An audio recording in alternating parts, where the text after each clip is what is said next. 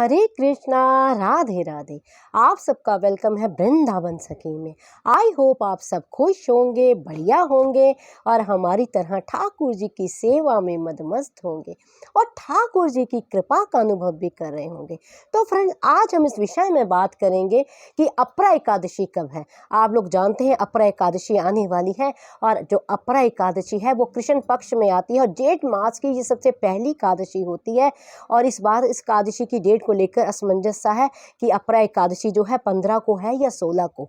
तो इस विषय में हम वीडियो लेके आए हैं। इस वीडियो को एंड तक आप जरूर देखिए। तो देखिए फ्रेंड्स, जैसे कि आप लोग जानते हैं साल में पूरी 24 एकादशियाँ आती हैं और जब कभी अधिक मास आता है, जो सौभाग्यवश इस बार अधिक मास भी आ रहा है, तो हो जाती हैं 26 एकादशियाँ। तो 26 एकादशियों में एक एकादशी होती है अपरा एकादशी। बड़ा ही महत्व है अपरा एकादशी का। कहते हैं जो अपरा एकादशी का व्रत करता है, अपरा एकादशी की पूजा करता है या व्रत के पालन करता है या उसके नियमों का पालन करता है, उसको कभी भी प्रेत योनि में नहीं जाना पड़ता और उसके जो पितरों का भी उद्धार होता है, जन्म जन्मांतर के कष्ट कट जाते हैं। इतनी पावन है अपरा एकादशी। और कहते हैं जितने भी जन्म जन्मांतर के दुख कष्ट होते हैं ना, सबका निवारण कर देती है अपरा एकादशी की व्रत। तो अपरा एकादशी की पूजा करना, व्रत करना बहुत ही ज़रूरी है और ये हम सबको जरूर करना चाहिए। तो हमें करना क्या है? देखिए, सबसे पहले तो जैसे मैं हर बार आपको बताती हूँ कि अपरा एकादशी को सुबह उठिए। आप सुबह उठ के सबसे पहले आपने क्या करना है? सबसे पहले एक लोटे में जल लेना है और जो आपके घर की मुख्य दहलीज है, उस दहलीज पे आपने उस जल को थोड़ा थोड़ा गिराना है। हाँ, ये आपने ध्यान देना है कि आप मकान में रहते हैं फिर तो कोई दिक्कत नहीं, पूरी दहलीज ही धो दीजिए। लेकिन आप फ्लैट में रहते हैं तो थोड़ा थोड़ा जल दोनों साइड। और दहलीज कौन सी है ये भी मैंने आपको पहले कई बार बताया है। दहलीज कही जाती है जो आपके घर का मुख्य द्वार होता है, जहाँ से आपके घर की एंट्रेंस होती है। तो वहाँ पे थोड़ा थोड़ा जल आपने अवश्य डालना है और वहाँ पे पूरी दहलीज की आपने सफाई करनी है। उसके बाद आपने स्नान करना है। स्नान किस प्रकार करना है? सप्त नदियों में से कोई भी जल अगर आपके पास हो, जैसे गंगा जल है, नर्मदा जल, कोई भी जल आपके पास हो तो उसको आप डाल के अपनी बाल्टी में उसका स्नान कर सकते हैं। मान लीजिए नदियों का जल आपके पास नहीं है तो भी आपको घबराने की ज़रूरत नहीं है। आप हल्दी डाल के या दूध डाल के या आपके पास अगर आंवला है तो आंवला डाल के, यानी जो शुद्ध शुभ चीज़ें होती हैं उसको डाल के आप स्नान कर सकते हैं। स्नान करने के बाद आपको जो है अपने गोपाल जी को उठाना। देखो, जो अपरा एकादशी है ये भगवान विष्णु को समर्पित होती है, माँ लक्ष्मी को समर्पित होती है। तो आपने भगवान की पूजा करनी है। तो उससे अगर मान लीजिए आपके घर में नारायण भगवान की प्रतिमा नहीं है तो भी आपको टेंशन लेने की ज़रूरत नहीं है। शालिग्राम जी है तो आप शालिग्राम की पूजा कर सकते हैं। शालिग्राम नहीं है तो जो हमारे गोपाल जी हैं वो तो घर घर में विराजमान है। तो गोपाल जी की आपने सुबह गोपाल जी को भी स्नान कराना है।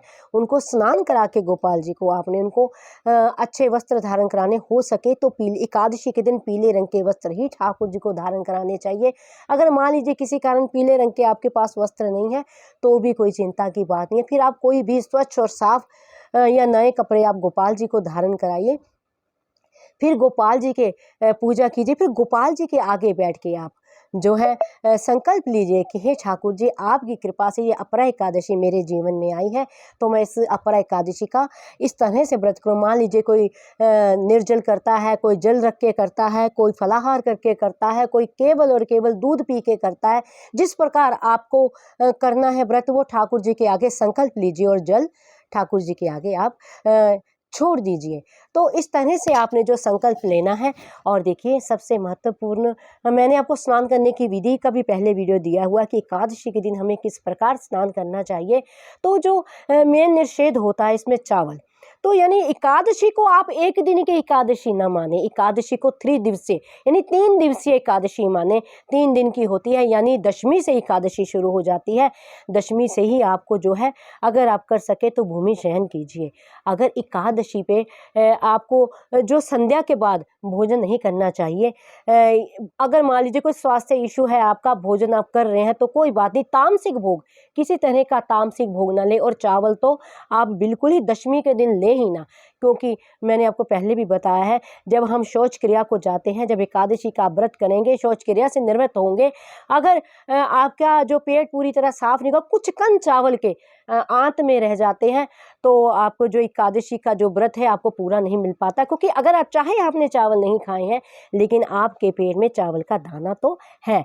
तो यानी दशमी से एकादशी का आप पालन कीजिए। फिर आ जाती है एकादशी। एकादशी तो आप जानते ही हैं, आप एकादशी पे चावल तो निषेध होते ही होते हैं। अगर आपने व्रत किया है तो आप फलाहार कर सकते हैं, लेकिन मान लीजिए आपका कोई स्वास्थ्य इशू है, आपने व्रत नहीं किया है, कोई आपको प्रॉब्लम हेल्थ इशू है, तो आप एकादशी के नियमों का पालन कर, यानी चावल ना खाएं, ठाकुर जी की पूजा करें, महात्म का पाठ करें और जो दहलीज की पूजा करें। तो इस प्रकार जो है आप एकादशी के नियमों का पालन कर सकते हैं। और इस अपरा एकादशी पे एक विशेष उपाय है जो आपने ज़रूर करना है, जिससे आपके घर में सुख समृद्धि बनी रहेगी।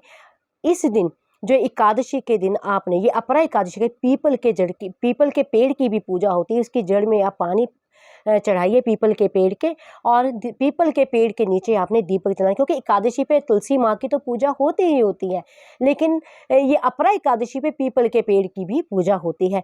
तो इस तरह से अपरा एकादशी का आपने पूजा और पालन। और जो अपरा एकादशी है, इस बार अपरा एकादशी जो है 15 तारीख की रात को ही शुरू हो जाएगी, यानी 15 तारीख की रात को 2:46 पे ये शुरू हो जाएगी, और 16 मई को रात्रि को 1:03 मई तक ये जो रहेगी। लेकिन उद्यात तिथि होने के कारण एकादशी का जो व्रत है वो 15 मई को ही रखा जाएगा, यानी 15 मई को एकादशी का व्रत किया जाएगा। और जिसका पारण है वो है 16 मई को सुबह 6:41 से लेकर 8:13 तक इसका पारण होगा। और ये पारण किस प्रकार किया जाता है मैंने पहले भी आपको बताया है, यानी द्वादशी 16 तारीख को सुबह आपने उठ के कोई भी चावल का पकवान बनाना है।